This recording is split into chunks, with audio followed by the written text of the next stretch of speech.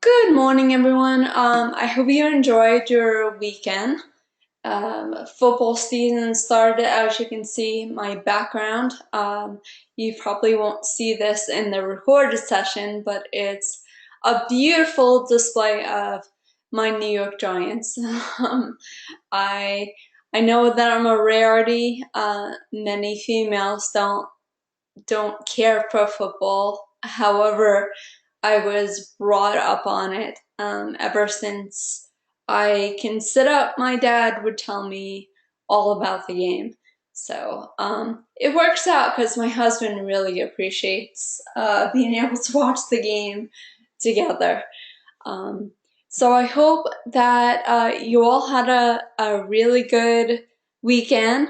I'm very pleased to see that, again, the entire class, pretty much the entire class, submitted their assignments, which is amazing. It's amazing. I'm very proud of this section. The interaction on the discussion board, I'll say it again because I always give praise where praise is due. So I really love the dynamic of this class, especially that you are an online section, and I'm so happy that you embraced everything that we talked about the very first day that we were together, our very first session. And ran with it and became a part of the community and continue to be a part of this community. It makes me happy to open up the discussion boards, open up the platform, and see how much interaction there is between you guys. So I'm very, very, very pleased. Know that, just as a review, I did go in yesterday morning, so if you turned in your assignment before Sunday morning, then I went ahead and started my feedback on your plans. Please understand that that's not always the case. That your instructors technically they have a week to get your feedback to you. So please don't get used to that. I don't want you to get angry at any of your instructors going forward. It's something personally that I need to do, especially that my schedule is split between this online section and my campus section.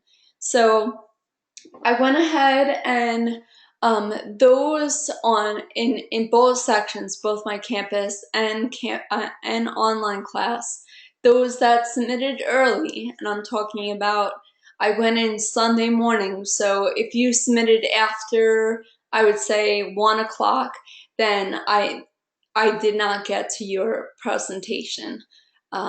Sunday is NFL day, and that's 1 o'clock is when all the games start, and it's my day off, so I was watching football. If you have any questions, of course you can message me or email me. Please know going forward that my first priority has to be my campus class. Their deadlines are a lot stricter than your deadlines. They will be starting presentations next week, their live presentations. So the turnaround for feedback and getting their rough drafts in is far more shorter than you. You guys have until Sunday. They only have until Wednesday. So forgive me if it takes a little bit to get to the rest of you that submitted yesterday. However, Wednesday will probably be the latest that you see some feedback get in, but I need to get that feedback from my campus section first, and I hope you'll understand that. Okay, so let's begin why I brought you here in week 3. Okay, so the first order of business. And before I begin, does anyone have any questions, comments, concerns before I go on?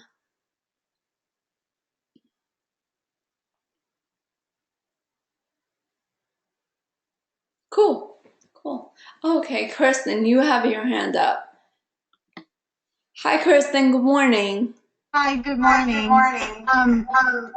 What I What wanted to I wanted to go over, if go you over already had planned, was the I watched all the examples of like the videos and stuff that you had sent over in your email yesterday. Um, Uh-huh. is what types of programs, since this is kind of very new to me as far as like making a presentation like this with, video and pictures and sound and all that kind of stuff. Because I was trying to pay attention to like the examples that you had posted and like where they made those, because in like the bottom right hand corner there was a couple of them that said like what program they used. Mm-hmm. And just wondering if at some point you could just offer some suggestions besides even like, because I saw like one was like Powtoon, and just maybe some suggestions of some good places, especially for those of us who this is kind of our first run at this. And totally understandable. Know that my thing, what I'm looking for, especially when it comes to the final presentation, is that really you have taken all the concepts that we learned in go-to sessions, in reading the chapters, listening to Nancy's commentary, all the TED Talks, that there's Mhm. evidence that you understand when it comes to design, it comes to what is and what could be. Yeah. So I'm not, although design is part of the presentation, I'm not going to grade you on whether or not your video is fantastic. It's Okay. understood that we're all on different levels, and that's why in week 1, when I made those suggestions of programs that you can use um, based on your skill level. So if you're looking to challenge yourself, there there are programs like iMovie or Windows Movie Maker that Okay. are very basic. They're programs that are user friendly, and someone that is just starting out, um, it gets you to practice some editing and sound and flow. So um, those two programs I would recommend looking into. It Okay. depends if you are a PC or a Mac. So if you have a Macintosh, iMovie is a good program, or if you are PC, Windows Movie Maker would be a good Okay. program. Okay. Cool. Thank Um, you. of course, of course. And on that note, the community discussion board for this week, it's an unweighted board. And um, what it's there for is for you guys to share best practices. And I went ahead and I posted in the board. The very first one, and this also answers part of your question, Kristen. The very first post that I made gives you a breakdown of lynda.com, what I mentioned in week 1. So if you guys want to challenge yourself and look at programs, lynda.com is amazing, and it's offered to you throughout the entire time that you're here at Full Sail. So I give a breakdown of how you access lynda.com. The tutorials are amazing because they are given by either the people that wrote the program or industry professionals that have success in using the programs. This goes for anything. I mean, there is anything from PowerPoint to Logic Pro.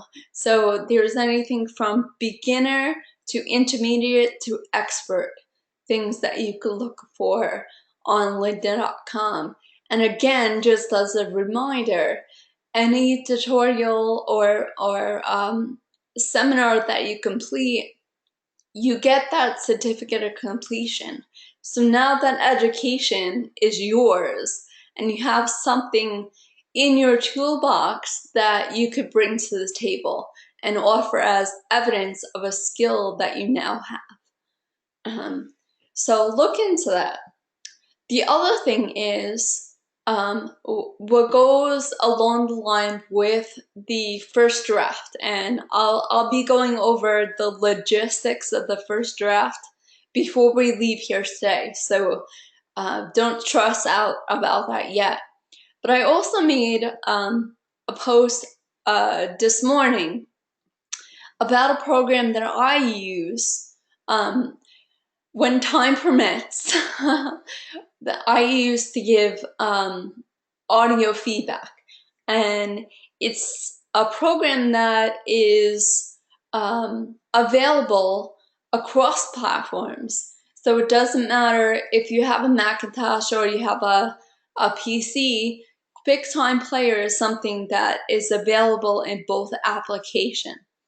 And as you can see, I took a screenshot on how you can access it. This is the icon right here that you'll see. It's an uppercase Q, and it gives you options. You could do a screen recording where you are going through the presentation and giving your voiceover, your narration as you're going through the slides. You can do an audio recording that will record your voice and record your narration, and you would have to import it into your assignment. Or you could do a new movie recording, which, you know, again, it takes the video of your presentation. So there's several different suggestions. And it works really well. The sound quality is pretty crisp. In my experience, it's pretty crisp. It allows you to compress the files. So considering that most of my classes are big in numbers, it allows my platform to hold all of this data. So I found it to be very practical for someone like me. So for the discussion board, again, it doesn't hold any weight. I'm not going to be going in and grading you based on a rubric. However, it's something for you guys to come together and offer each other help. Like I was telling Kristen when she asked that question about the programs, is you all are at different levels when it comes to skill. That doesn't mean that anyone is better than anyone else, or anyone is more creative than anyone else. It means that you all have this unique thing to bring to the table, and you could offer each other help in different areas. What I've seen in the past with this discussion board, of course, makes my heart happy, because it starts to become this this portal for information and experience. your projects become that much better, and you are introduced to things that normally you wouldn't be introduced to. And it gives you comfort because the person that is recommending it has had success with it, and has similar goals to what you have. So it's a great opportunity to both share and absorb things from everyone that surrounds you.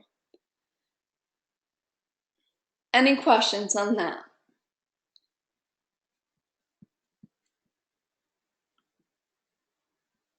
Cool.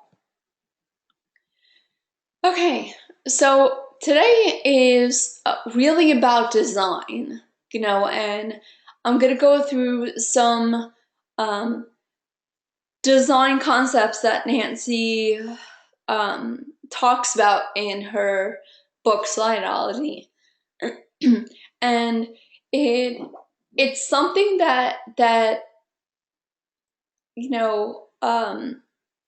by going over the plans, design was not, I'm not saying everyone, but design seems to get overlooked the most.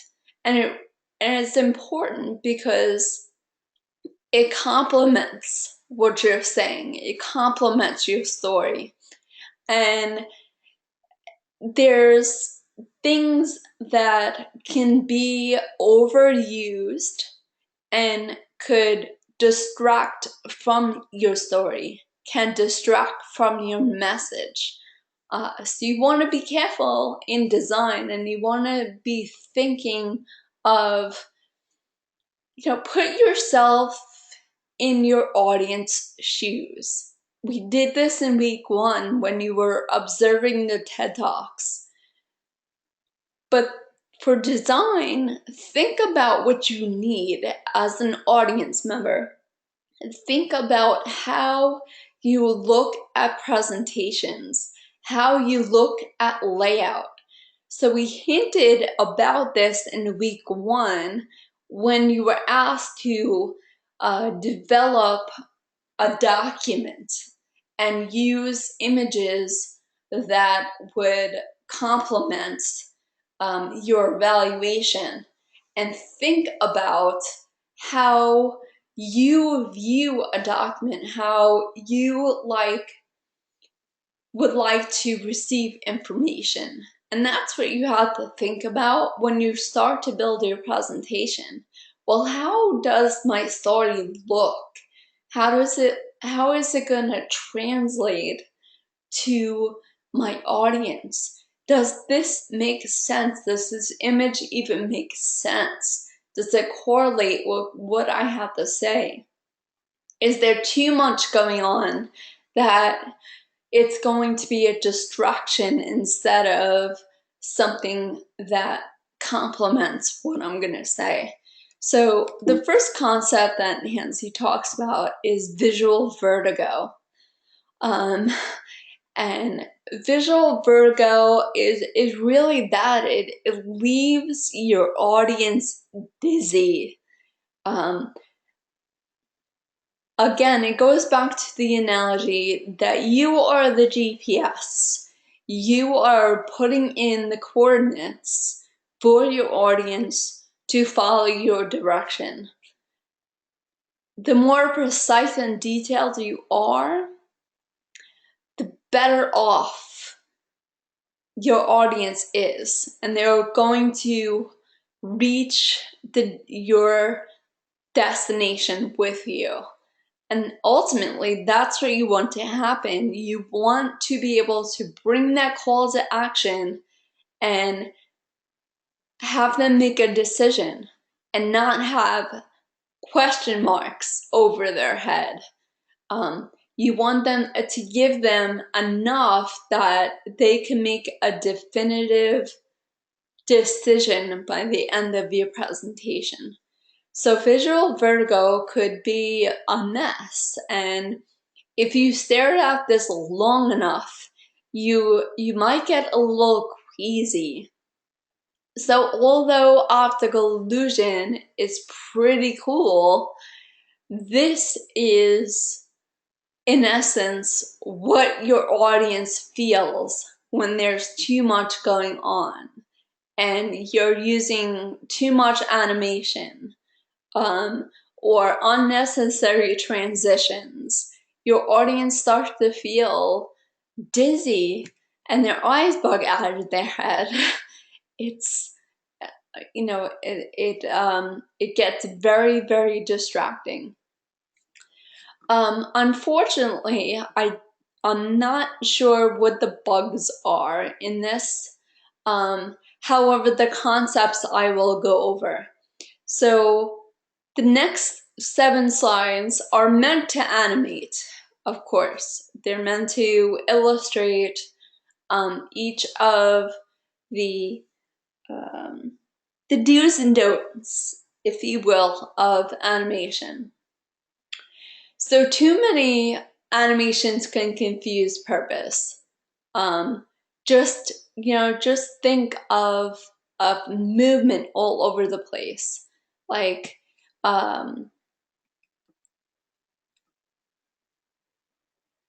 have you ever watched a presentation where there was something going on in the left and there was something going on in the right, and then words were just coming in from all different places? Have you ever seen a presentation like that?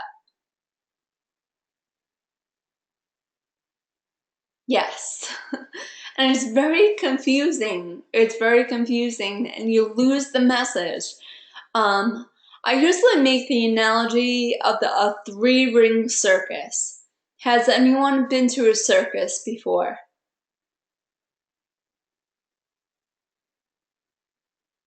Okay, so you're in the audience, and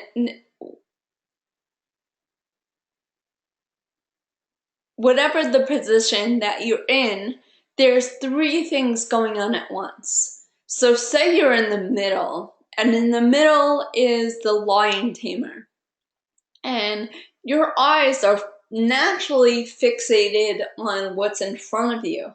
However, the trapeze artists are at your left and the clowns are at your right. So you are paying attention to the lion tamer, and then all of a sudden on your left, you're hearing the crowd go, oh, ah, and your attention automatically goes there. And then all of a sudden there's a roar of laughter on your right, and then your attention goes there and you're missing it. You're missing everything that went on. We can't pay attention to 3 things going on at once 100%. Although we say that, many people say that they're multitaskers. To a certain extent, yes, you can do a couple of things at the same time, but how effective or how efficient are you at all those 3 things? And that's what you could be doing with your presentation, diverting your audience's attention or dividing it in several different ways. They're going to lose the message. They're going to lose the concentration on your story. So another one is the animation is unnatural or counterintuitive. This slide, when you have it out, it's the letters are coming in from right to left. What is the problem with letters coming in from right to left?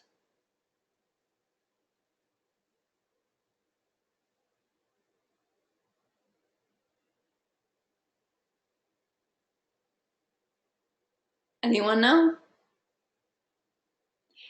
Okay, let me ask this. Yes, Kristen, we read from left to right. So it's counterintuitive because it's not natural. It's not something that our eyes do naturally as human beings. We read the left from right.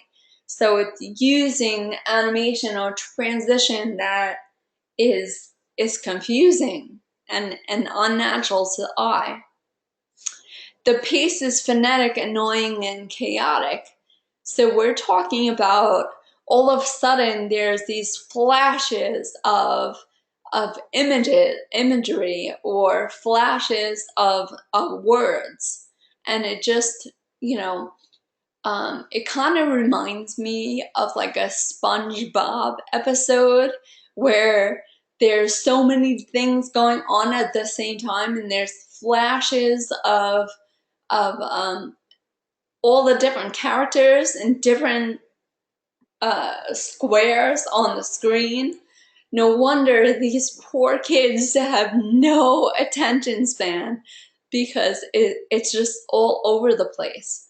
So, if you are flashing a term and you think you're doing it to show emphasis, you're really diverting the attention from the meaning of the word or the meaning of the image. The goal is to get your audience or give them enough time to absorb what is being said or absorb this beautiful image that you chose to complement your presentation. Does that make sense?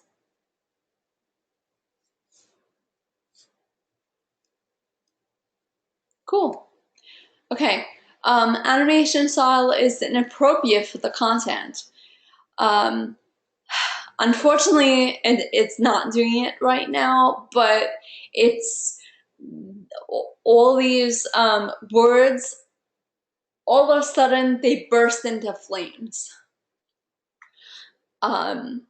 Think Michael Bay on this. Now, of course, when you're talking about blockbuster movies, people want explosions.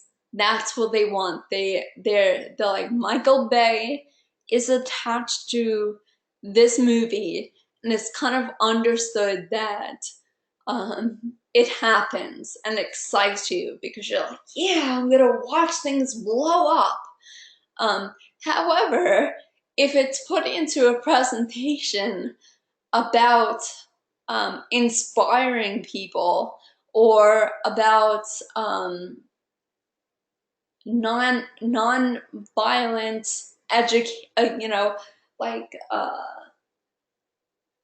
non-violence in anywhere, just submit topic there. An explosion doesn't work. It's almost like talking about how much you love dogs and how cool dogs are, yet you have images of kittens all over the place. It just doesn't go. It's not appropriate for what you are trying to convey. A sudden animation startles or confuses the audience. This could connect with those rapid phonetic words, but it also could be like all of a sudden your title drops in from the top and it goes boom. There really is no rhyme or reason for that. Movement distracts the audience from the presenter. These are all encompassing. So I told this little story to my Canvas class, but I had a Western Civ professor. First, he sounded like Ben Stein. That was first of all. And it was from 6 to 10 at night after working full-time all day. So you can imagine, if we know who Ben Stein is, I hope you do.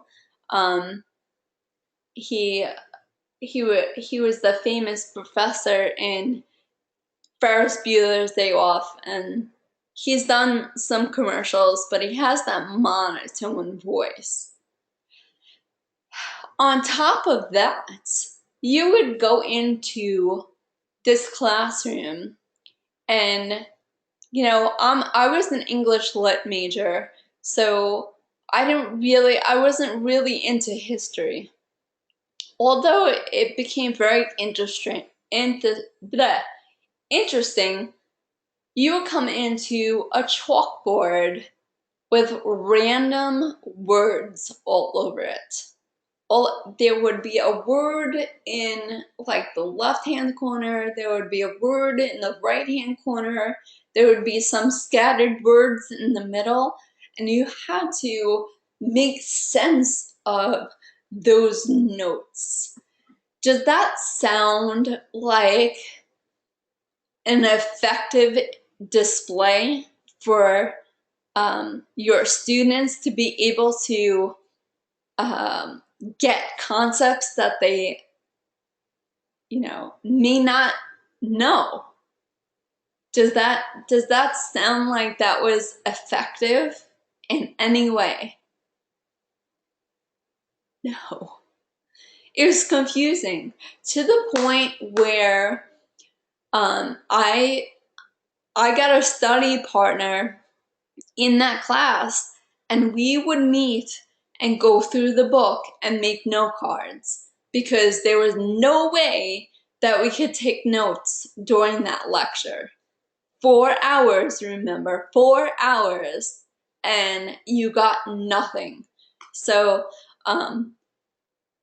keep that in mind. If you are displaying something on the board or on your slides, make sure it's clear and it correlates with what you're saying, and that your audience could have a clear, definitive direction. And then the last one is the animation feature is just because. It's really cute to animate your letters if you're Pixar. If you're Pixar and all the letters are coming in animated to show the name of your company and your brand, there's a purpose for that. However, there may not be a purpose when you are trying to get hired by a company. Okay, the other thing that Nancy goes into in slideology is color vibration. Has anyone in this class been introduced to the philosophies or the symbolism behind color choice?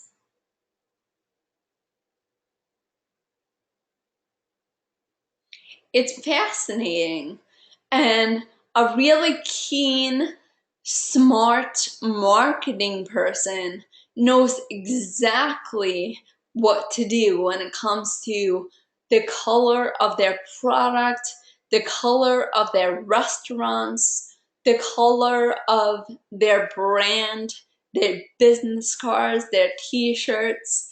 Color has to do a lot with setting a tone or providing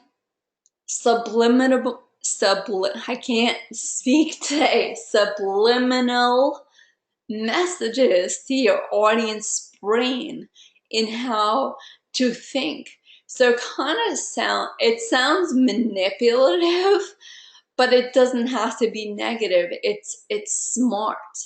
And you want to think about this when you are considering backgrounds for your slides or considering backgrounds for the images.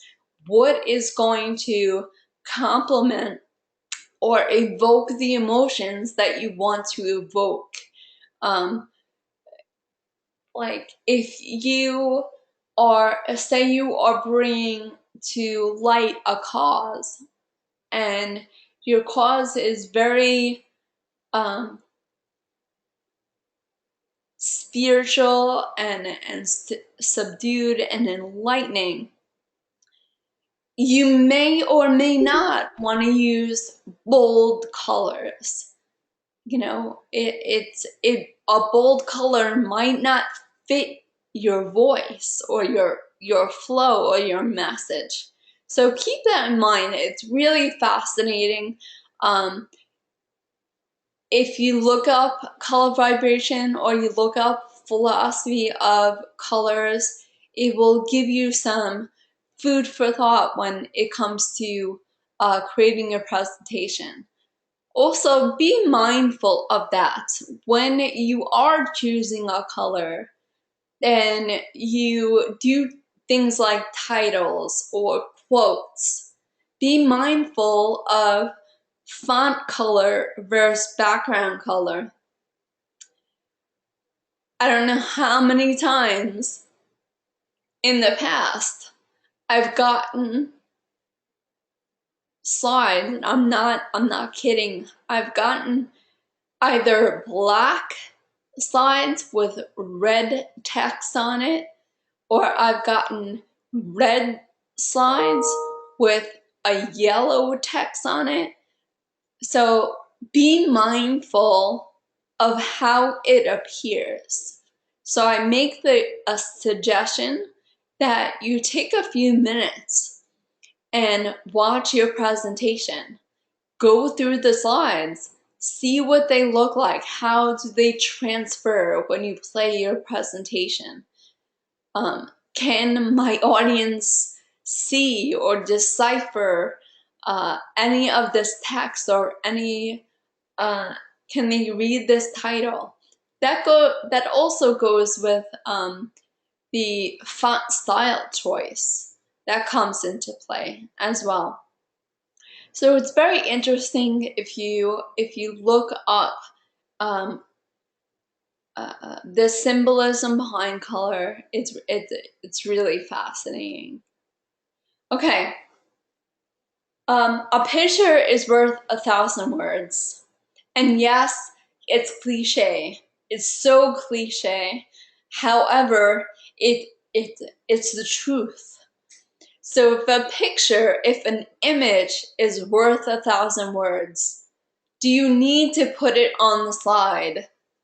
That is the question. You know, if I'm going to tell you in my story, if this image is powerful enough or vivid or strong, why do I need to put walls of text on top of an image? And that's what you should think about. Does your image say enough that you don't have to spell it out for your audience? Okay, so for example, you have an image of an apple. For the sake of this class, as observers, what can this apple represent? And it could be both literal and symbolic. The first thing that comes to mind, what is this? And Grace, yes, teachers. Teachers are often correlated with apples. What else? Health.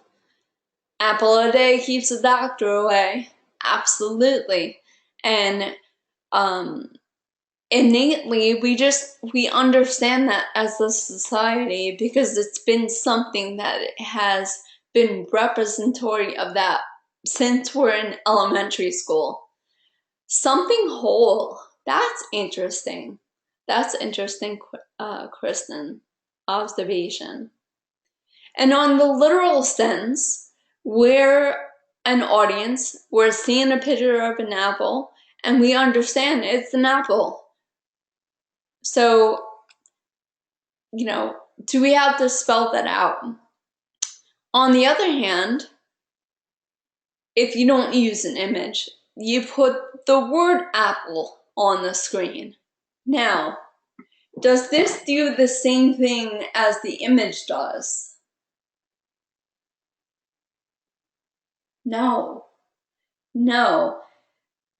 The image is a little bit more in depth and has layers behind it.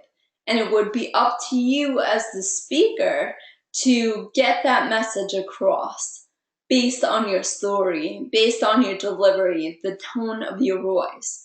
However, if you use the word apple up on the screen, it's very literal of what it is.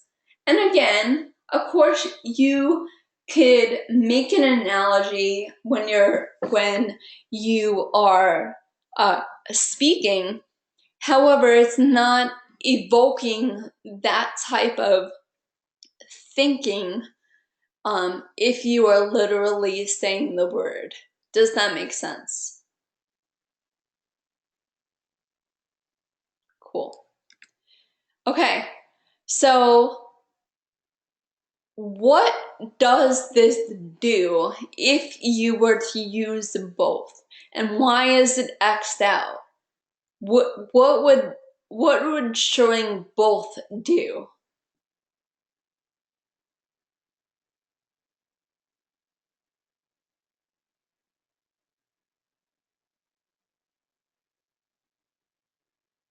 Oh, I think I stumped you for a minute. Oh, it even says it on the bottom. I didn't erase that. Yes, it makes the audience seem stupid because, you know, it's almost like this is a kindergarten class and you're teaching them the ABCs, or you're teaching them how to read, and you have the literal and you have the image, and you're telling the audience what it is instead of allowing them to come to a conclusion on their own. Okay. What is wrong with this slide?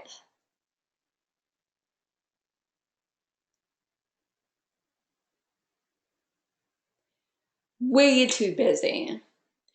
At first glance, no, at first glance, can you see the words clearly?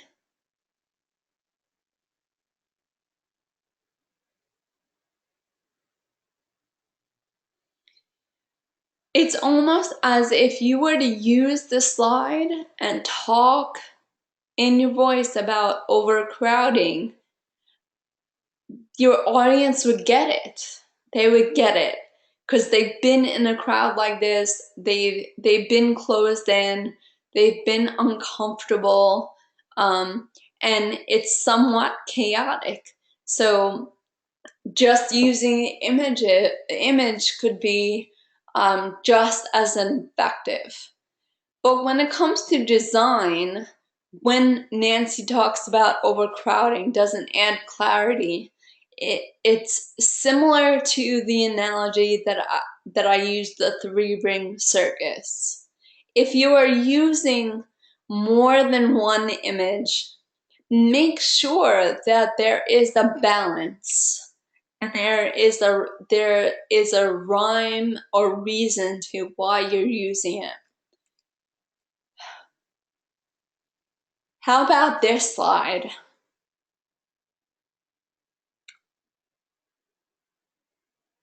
Can you make any sense out of anything that's going on there? Yeah, way hard to read. And this was a debriefing. This is a military debriefing. This is for real in the New York Times. Way too much going on. I don't even know if I had an hour with this, if I was be able to make sense or connect the dots. And Kara, yes, gives me anxiety. So you don't want to do that for your audience. You want them to feel comfortable, welcome, engaged. So giving them anxiety is no bueno. Okay, this is the course director for our class, and I stole their slides because it was they're very effective in the message that we're trying to convey when it comes to slide design. So, besides the cat being incredibly cute, what's wrong with the slide? It's hard to read lazy. You can't really read unless you really focus. You can't read that title clearly. Yes, too many pictures overlapping, too many photos, and bad placement of text. Okay, so what could you do with this to make it better?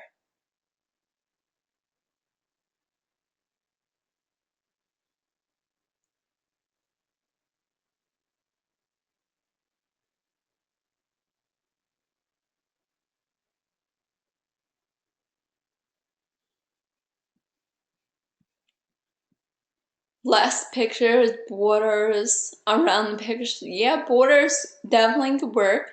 Make the picture smaller, so adjusting the size. One picture is probably good. These are awesome suggestions. So then you have this. How is this slide?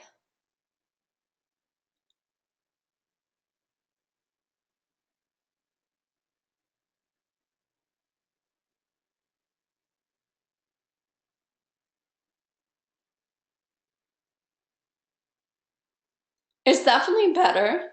You have, it seems like he did many of your suggestions, resizing the pictures, uh, realigning them so there is some kind of balance and symmetry. You can now read the text, so yes, it's better. Could it improve more?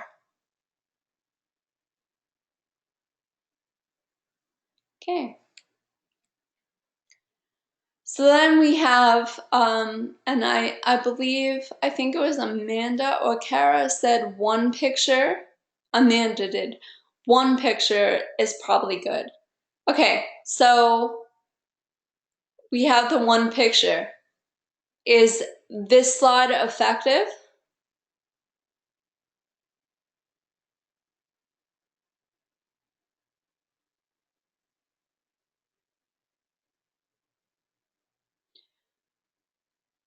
Okay, so we have the one picture, and you could kind of get the idea, you know, of a lazy cat, right?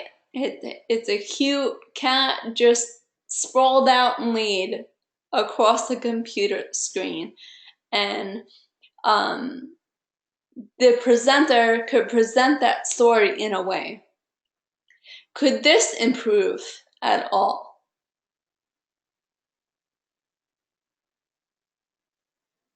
Okay. How can this one improve?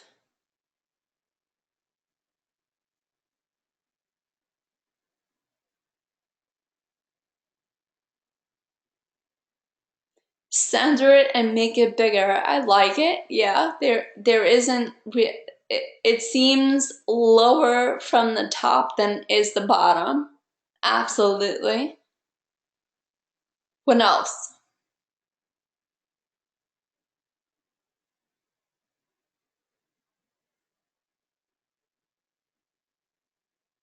What do you guys think about the white? Would you keep the white? There we go, Grace. Change the background color.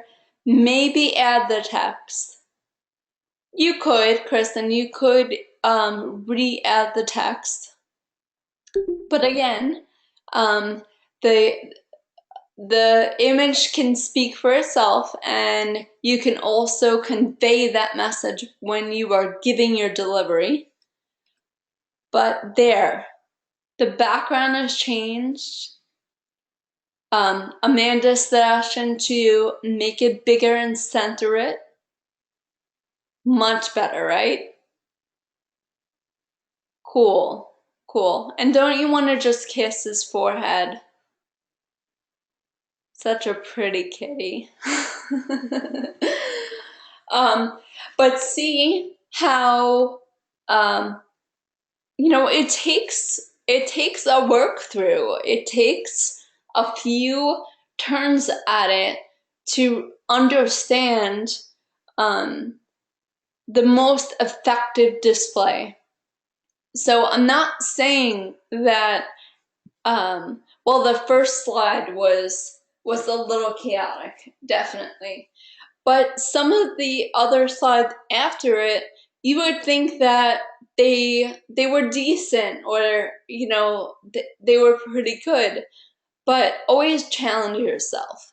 So when it comes to building your presentation and reflecting back on it, think about ways that it could evolve or be more effective. Okay, this is actually in your book. I don't know if you guys came across any of this, but it's Duarte.com within the book, and she has this Duarte comedy, if you will, and it's with puppets. It's kind of interesting. But the whole premise against this is templates are really cool. In one way, they make our lives so much easier, especially when it comes to time crunch and the deadline turnover of our program. However, some people fall into a trap of picking out slides from all different templates, and there's no conformity. There's no yeah, conformity is the term. Especially when you are creating a professional presentation where, you know, some of you are choosing to go in front of a company and eventually get hired. Some of you are trying to convince a room full of creatives to follow you and build your project. So you want to build this air of professionalism so they feel comfortable. This person knows what they're talking about. They know what they're doing. They have a vision and they're organized, and I can follow someone like that. So the horror of Frankenstein is that you're taking things from all over the place and piecing them together and slapping images any which way on slides, and the color, the background changes in every single slide. So you kind of want to avoid that and make your slides look uniform. Have a consistency. Just like you have a flow and a consistency to your story, you want your slides to emulate that. So in order for your audience to follow your direction.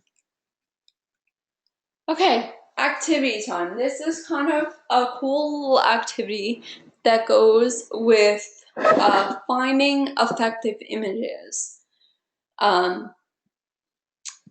So what I'm gonna do is in a few minutes, I'm gonna put a link to my Google Drive, and it's set up as a way to find effective images if you were, say, given some terms that you had to define with images. So let me give those terms just to get you start thinking. So these are abstract concepts, and they're going to be across the board. In a few minutes, I'm going to give you that link and you'll see what I mean. So I'm going to set the timer for about 5 minutes, and I'm going to give you guys a chance to go look for images that can evoke what these concepts mean. And I encourage you to use images that you have already, that you have maybe in your photo folder on your desktop. However, of course, there are ways that you can look for images in Google Images or CreativeCommons.com, or even the EP images through our library in Connect.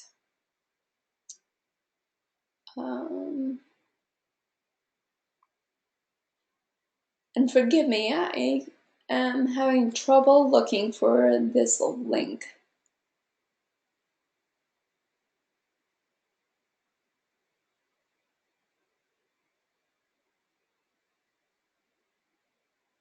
Here we go.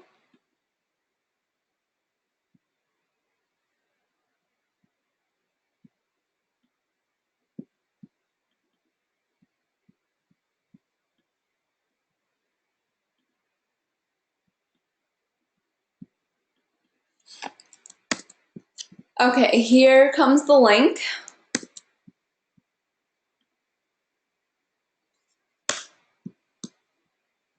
And I will show you what it looks like. Okay, so, my friends, this is what it looks like. It is pretty much like a Google graph. And here are all the terms at the top. And oh, I replaced leadership with fun. Here are all the terms at the top. You put your name in, and then you drag and drop an image that you feel defines this term or directly correlates with the concept that's on the description. And my suggestion is that when you do find an image, drop and drag it to your desktop first. That way it'll be very easy to drag the image and put it into whatever box that correlates with the picture.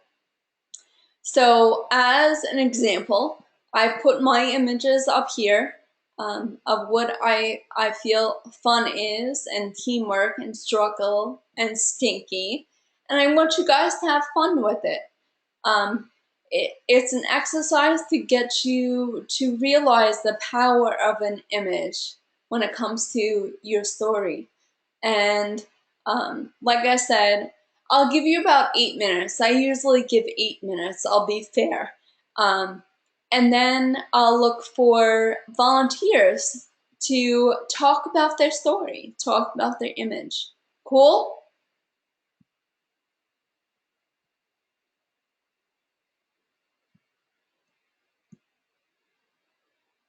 Awesome. All right, I'll get some tunes going in the meantime, so it's not silence. And I'll give you 8 minutes on the clock, and I'll let you guys know when you're at the halfway mark. Wish your skin could bounce back like it There's used to? commercials. Neutrogena Hydro Boost Water Gel instantly quenches skin to keep it supple and hydrated day after day. With hydrating hyaluronic acid, which retains up to 1,000 times its weight in water, this refreshing water gel plumps skin cells with intense hydration and locks it in for supple, hydrated skin that bounces back. Hydro Boost from Neutrogena. See what's possible.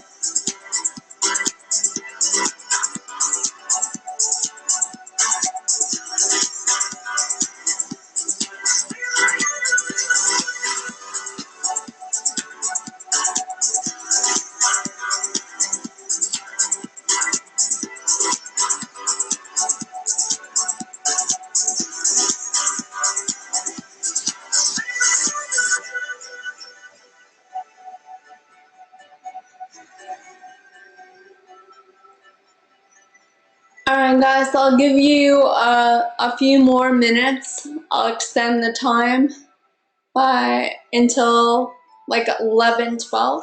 So that gives you about 4 more minutes.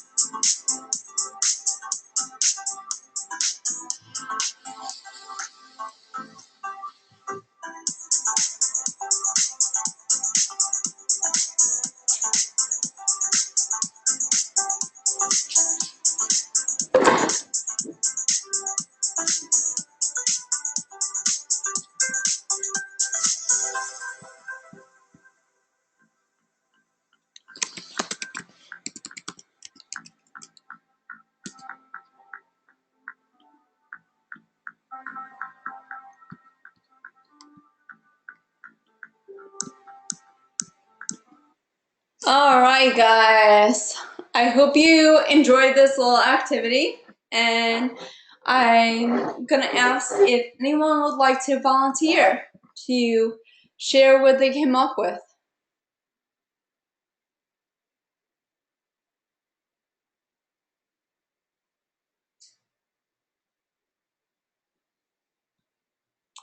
Oh, are we shy this morning?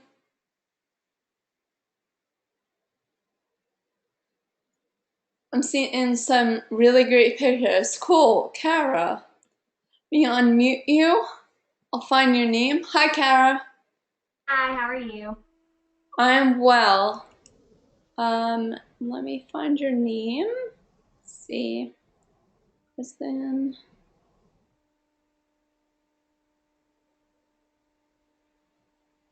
Oh, okay, I see. You put your name below the pictures. These are you? Yes, that's me. No worries. Go ahead.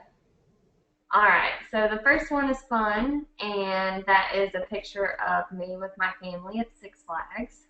So I think that pretty much sums up fun. Those are all of my siblings and my mom.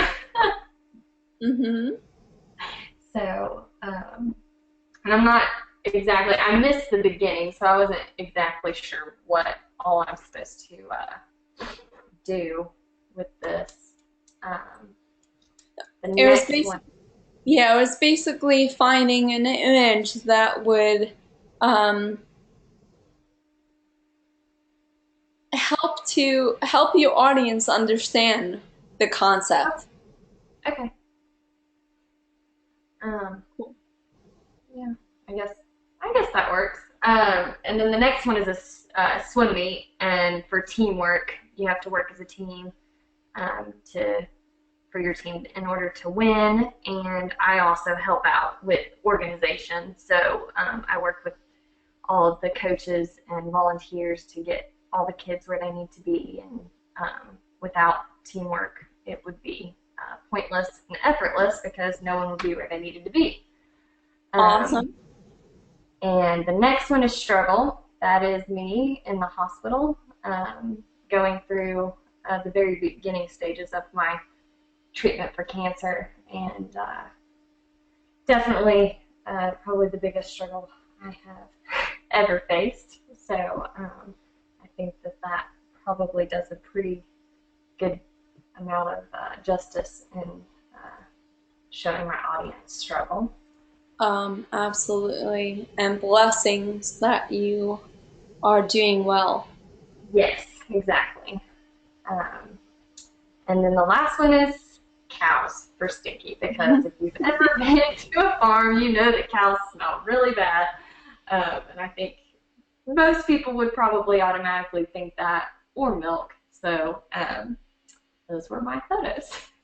That's awesome. They may be stingy, but oh my goodness, do I want to go and hug them all. I know, they're so cute. They're so cute. But cool. Thank you so much, Kara, for sharing. Absolutely. Awesome. Would anyone else like to share what they came up with?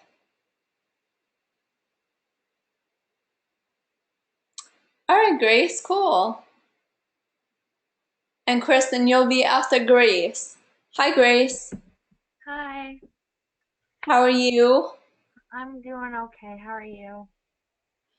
I'm doing well. I hope that we can make you feel better. I'm just a little tired, but no, class has been awesome today. Awesome. Well, my first picture for fun was around like last year sometime in April. My family and I drove down to Fullsail to do our tour of the campus, and that was really fun. It was a big family trip, and so that's us taking a picture outside of Fullsail. Oh, cool. Very cool. Yeah, BTS changed my life. I couldn't believe it. The second picture, I didn't have one for teamwork myself, but the teamwork of the Star Trek crew. from the original series, my new favorite show and movie. Awesome. I love them. Yeah, and then for struggle, I struggled with getting my GED for a while, so that's a picture of me finally during the graduation ceremony. Congratulations, that's amazing. That's awesome. And I didn't really get one for Stinky. That's okay. That's okay. But cool, cool. So, of course, like this exercise is just to show you how impactful images can be, especially when you couple that with the stories behind it.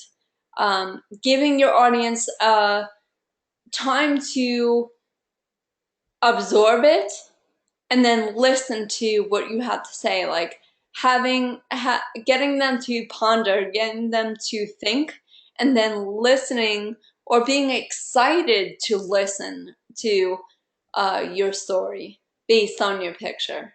So awesome. Thank you. You're welcome. Okay, Kristen. Hello. Good morning. So for my images, the first one I did, so that's me in Disney World, because that's where I'm the happiest. Yay, happiest I, person on earth. it is. I love my life, but when I get to Disney, that's where I am like 1,000% me. So, Awesome. so that's me. I'm the people mover. For the second one, I was actually trying to find a picture of my stepson. He had just gotten back from a mission trip, but I couldn't get to it fast enough. So I found an image of just community service and people working together. Awesome. And then the third one, when I saw the word struggle, I immediately thought kind of back to the video that I had posted last week's assignment with Randy Pausch. And Yeah. he was speaking of the brick wall, and so my mind went there of the brick walls that we face in life. So I found an image thinking about that. Awesome. And I just want to let you know that my mind went there immediately as well. I went right back to the last lecture. Yeah, I mean, it's amazing. Yeah. And then the last image for Stinky, I immediately thought of cheese. I love cheese, but some of it tastes better than it smells. Oh, I know. And you start to question, like, am I really putting this into my body? Exactly. Exactly. Awesome. Perfect. Okay, I guess I'll share mine really quickly and then we'll close out with what you guys have left in week 3. And I didn't congratulate you, I'm sorry, but congratulations for completing 50% of this class already. I don't know if you realize how crazy that is. 50% of the class you have already accomplished. So be excited about that. That is a great accomplishment.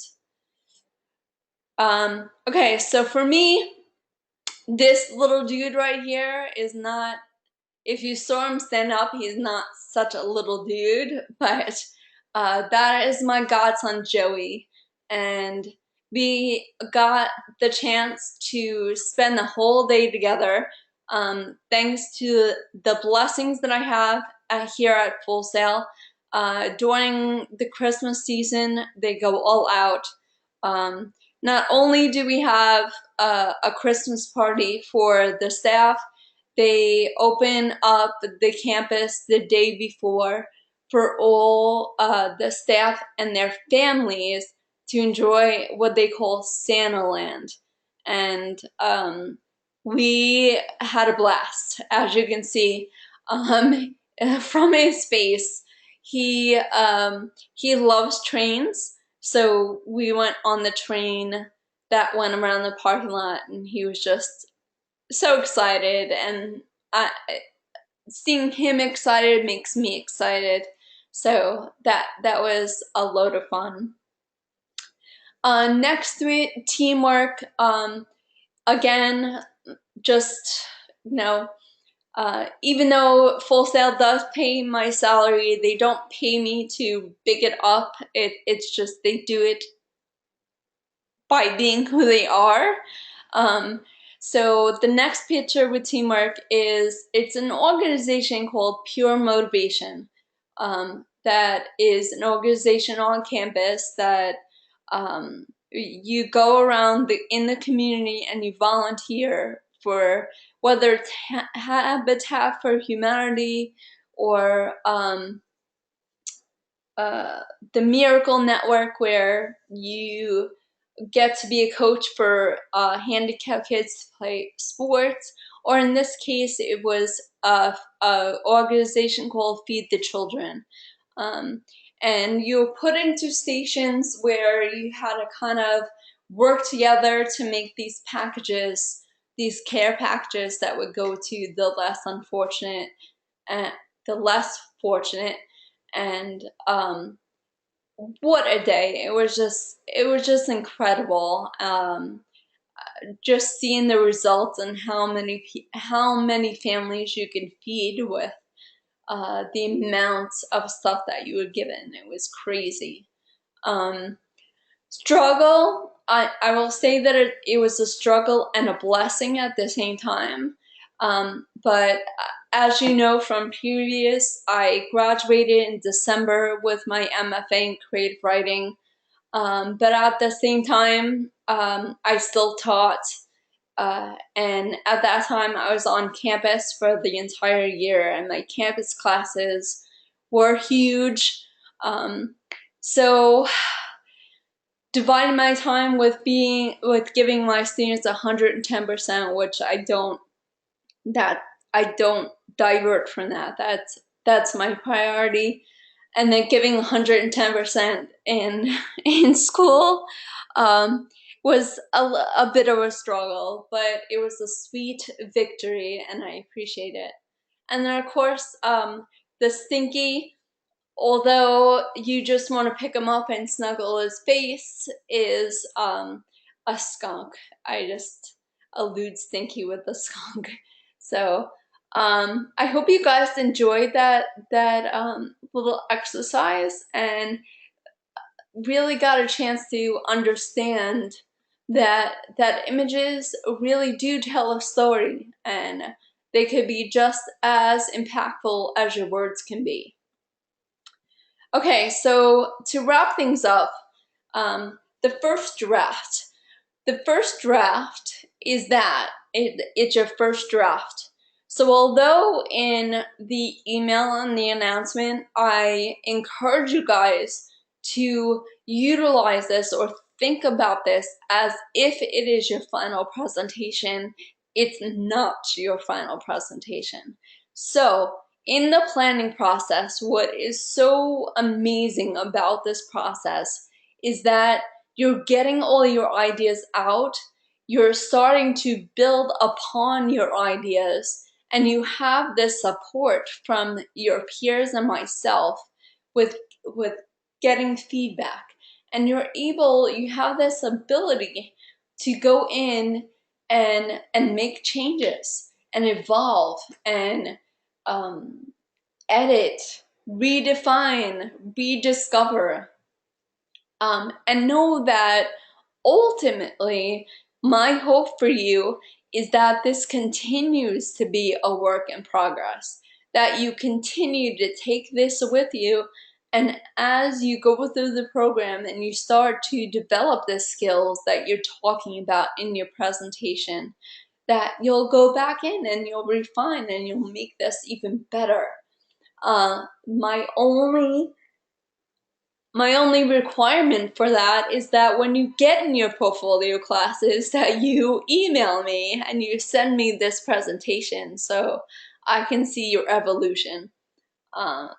That would just be awesome. Okay, so in your first draft, audio is required. What does that mean? So I went over the discussion board for this week to share some best practices, some things that you can utilize to record your voice. Know that some programs already have this embedded in there. So if you're using a PowerPoint presentation or Keynote, you can record your voice right in those programs. Same with iMovie and Windows Movie Maker.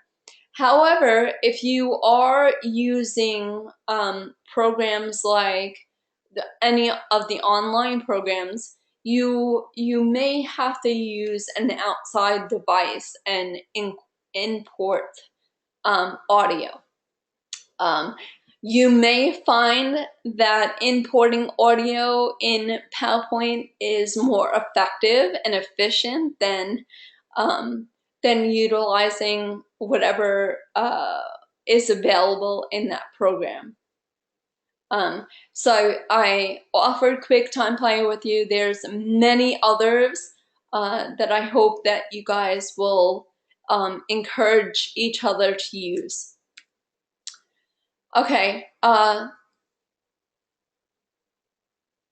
video presentations.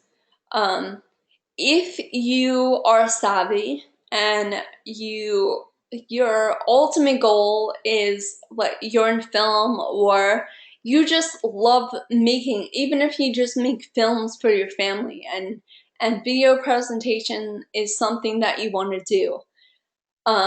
Don't freak out that you have to have this done by the time your first draft comes in. If you are going to create a video for your first draft, I suggest that you create a slide deck in PowerPoint or Keynote or whatever it's going to be, and you do the voiceover, the narration of how you want your story to play out. So if you want to go ahead and do a video already, then by all means do it. However, know that it is the first draft, and you could take more time. You have more time to put a whole video together. Does that make sense? Cool. I also want to point out that if you are using video programs or you're using online programs, I have shared these instructions with how to submit that from week 1. If you are doing a video or you're using online programs such as Prezi or Google Drive, know that you need to create a Word document, put your student name, your ID number, and the URL to the movie file. So know that a video presentation has to be hosted somewhere, whether it's YouTube or it's Vimeo or Vidler or any one of the hosting sites. Uploading it to there, and it generates a URL, and that is what you will submit to me. If you try to upload the entire video file to FSO, you're going to have problems. So to get rid of or rectify those problems, it's a simple Word document, and you share the URL and you upload the Word document. Is that clear? Cool. And I will also, again, as a reminder, I will put that little blurb that I shared with you guys since week 1 in the reminder email, so you'll have it just in case you forget. Screencastify is an app, but it's only available in Chrome. It's very easy because it takes less than 5 minutes to install Chrome on your desktop. It's another browser. Sometimes it is a lot more efficient than Safari or even Firefox. Chrome seems to have I've had less issues with Chrome than anything else. Chrome has an app store just like your smartphone, you know, whether it's Apple or Samsung. I'm sure you guys have downloaded apps before. There is an app called Screencastify.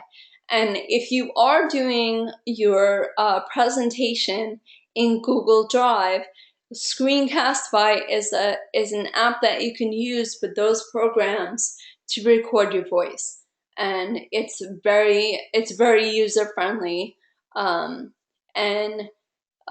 could be a simple solution to any audio problem. So go check that out. I recommend that. Okay.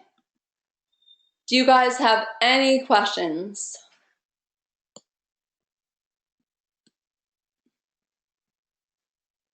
No?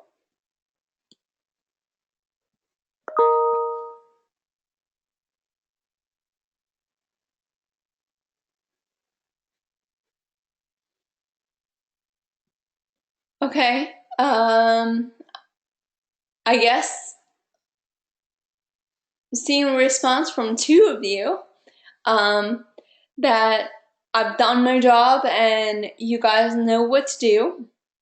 Of course, as always, I'll be rendering this video and uploading it to my channel. You will see the link along with a reminder email of all the breakdown sometime this afternoon. You could always message me on the platform, email me, or give me a call in the office. But I appreciate you guys coming out this morning and sharing the morning with me. I hope you feel better about this week and starting to build your presentations.